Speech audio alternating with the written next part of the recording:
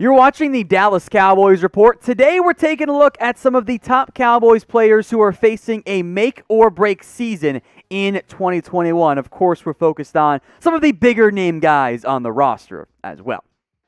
We begin with Jaylon Smith, the linebacker who I really think could be in his last year as a member of the Dallas Cowboys. The addition of Micah Parsons in particular presents a potential problem for Jaylon Smith.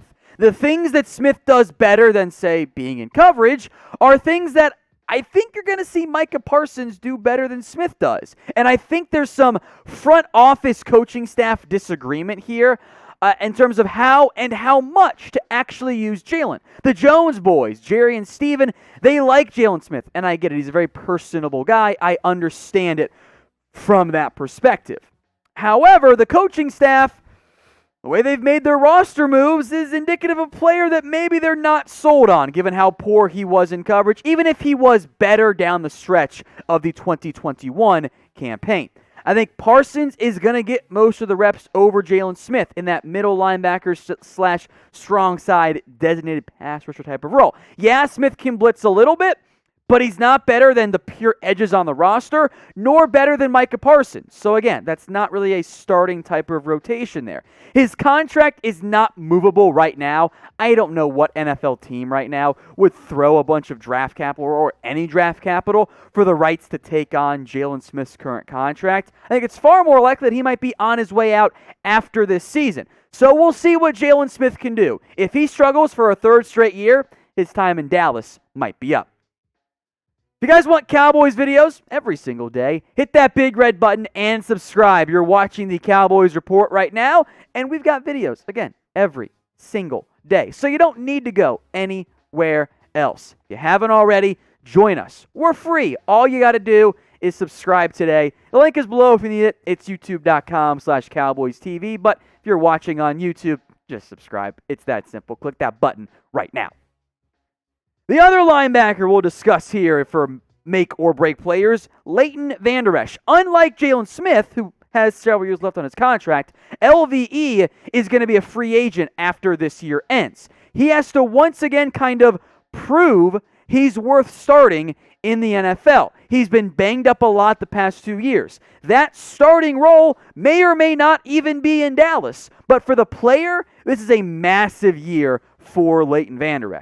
Health has been a problem. He can spin it however he wants, and the Cowboys can as well, but he's played in 19 games the past 2 years after a healthy and awesome 2018 in which somebody, no names, it was me, said that LVE and Jaylon Smith were going to be the best 1-2 punch of young linebackers in the NFL. Both guys have gone the wrong direction. Vander Esch has not fared that well. In fact, I thought Jaylon Smith was outplaying LVE down the stretch last year, although might not be the highest of praise in the end. So which linebacker do you guys have more trust and faith in?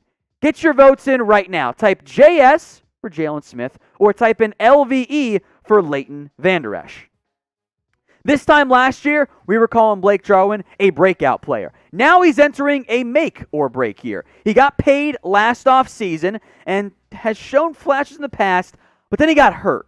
And then watch Dalton Schultz emerge after a bit of a rough start, but emerge as a reliable starting caliber tight end specifically for this Cowboys offense. With the way Jarwin's contract is set up, if the Cowboys want to, they can move on from him very easily. So if Jarwin can emerge as a starting caliber option who's better or equal to than Dalton Schultz, Cowboys might choose to move on. Sean McEwen's drawn some praise early at Cowboys camp as well. Now, Schultz and Jarwin are two very different players. Schultz has more receptions, more yards, and more games played, of course, but Jarwin has averaged almost 2 full yards more per catch. That's a substantial difference, and part of it is the role that Schultz played as a safety valve guy, while Jarwin brings more over-the-middle seam stretching ability, and more touchdowns too. But Jarwin's got to prove it this year. Barely played last season. The front office has liked him for a long time. They paid him surprisingly early, but now he's got to prove it. His future on the Cowboys roster is not guaranteed moving forward. So who do you guys think is the top player facing a make or break season? Any name you want, Get your votes in for me right now in the comments section. More offensive players here. Tyler Biadasz here is next up here.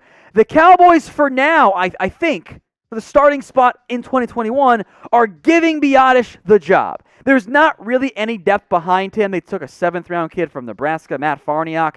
Okay, whatever. They didn't bring back Downey, who went to the Giants and then retired, kind of strangely. They've been giving Connor Williams center run as a backup option. That's kind of, I think, the emergency guy. So this job, for now, is Tyler Biadasz's. He didn't play a ton in 2020, under 430 snaps. He was okay. The best rookie center, which there was really no major competition with who he was compared against from that perspective. But Biadasz has to be better than what he was in 2020. Now, I am of the opinion that Connor Williams fared better alongside Tyler Biadasz than he did Joe Looney. That's why I wanted to see more of Tyler Biadasz last season when he came back from his own injury. But as it relates to the future, if Biadasz does not impress, and he doesn't have to be, nor should he be expected to be, a Travis Frederick 2.0, but if he does not emerge as a true quality, reliable starting center, the Cowboys can look in other directions. And frankly, I think they will, given what the limited investment was in Biadasz. So he has to have a breakout season in 2021.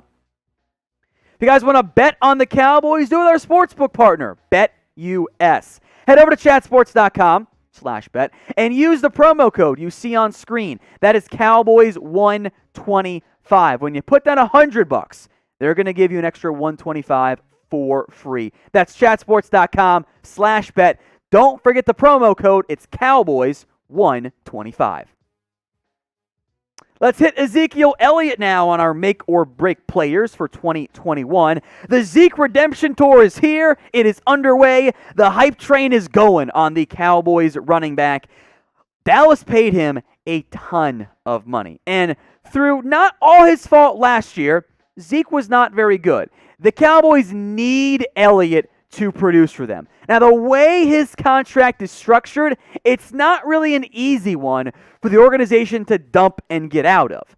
However, he still needs to produce, or his future is going to be up in the air as it relates to being a lead back. He might find himself stuck in the Jaylon Smith category currently for next season. Elliott only averaged 4 yards per carry last year. That's not good enough for Zeke. Now, to be fair, he was without his franchise quarterback and an offensive line decimated by injuries. It's understandable that Zeke's numbers went down. And Zeke's saying he's in the best shape of his life. He's a lower figure weight-wise than he's ever been. Even with that, I'm not banking on 5 yards per carry. That's a pretty high number on what could be a 300 carry volume this year for Zeke. But if I can get more like 4.7-ish, that 2018 average, I'm going to be just fine. I want Zeke to be the closer. We will see if that ends up being the case. The hype train for Zeke has very much been pushed this offseason. Are you buying it? Get your votes in for me. Why for yes and for no? Are you guys buying the Zeke Elliott hype? Get your votes in for me right now in the comments section. For my next make or break player, I will cheat and break my own rules here. I will do both DAMONTAE KAZEE and Malik Hooker. Two players in fairly similar situations. DAMONTAE KAZEE comes over, signed from the Atlanta Falcons, coming off an Achilles injury. This is really, I think, his best opportunity to prove he can still be a high-end safety. He's banking on a very cheap contract with a coaching staff that he knows in Dan Quinn, or defensive coordinator, I should say, in Dan Quinn that he knows, to being a starter, having a big year, and cashing in next year. Malik Hooker, meanwhile, is younger, but has also dealt with more injury problems. He signed later than DAMONTAE KAZEE and is working on getting up to speed on the defensive scheme and everything. One of these guys will end up playing the majority of snaps at free safety. I think there will be a true battle as we move on here throughout training camp and into the preseason and beyond. So pick one of these guys to start for me. Who is it? Type K for DAMONTAE KAZEE or H for Malik Hooker. Finally, Trysten Hill. And unfortunately for Hill, he might not get the best opportunity to make a big-time impact. Hill was never really set up for the most success as a member of the Cowboys, but he was also not the most liked draft pick either. Hill is now on his third defensive coordinator, defensive line coach, and scheme in as many seasons. That's not easy for any young player, especially a rawer one coming out of college. He is not a roster lock for the season and was recovering from his own ACL injury suffered last year. Now, Trysten Hill was better in 2020, but are we going to even get 2020 Trysten Hill? I don't know. He's coming off injury. He's behind in camp. All those things are major red flags. And with the additions the Cowboys have made at defensive tackle, Neville Gallimore is back. He's going to be over Trysten Hill. Carlos Watkins, Brent Urban, third-round pick Osa Odigizua, I think all get reps, potentially the same role that Trysten Hill is, more of that three technique. Now, maybe a little bit less so for Urban and maybe Watkins, but as it relates to the pass-rushing focused defensive tackle, Trysten Hill might be third on that depth chart. And if that's the case, depending on when he's healthy, fully healthy, I should say, Cowboys might look to move on from Hill sooner rather than later. I want to thank everyone, who got all the way to the end of today's video. If you haven't already, do me a favor, hit that big red button and subscribe. We're trying to get to 100,000 subscribers here at the Dallas Cowboys Report, or else apparently I am in trouble. My boss has threatened me, which I don't like very much and makes me concerned, and I got a kid coming. So help me feed my family by subscribing to the Dallas Cowboys Report. The link there is at the bottom of the screen if you need it, but you really shouldn't. All you have to do to subscribe is simply hit the big red button. That way you'll be notified for all of the videos here at the Dallas Cowboys Report. So subscribe right now.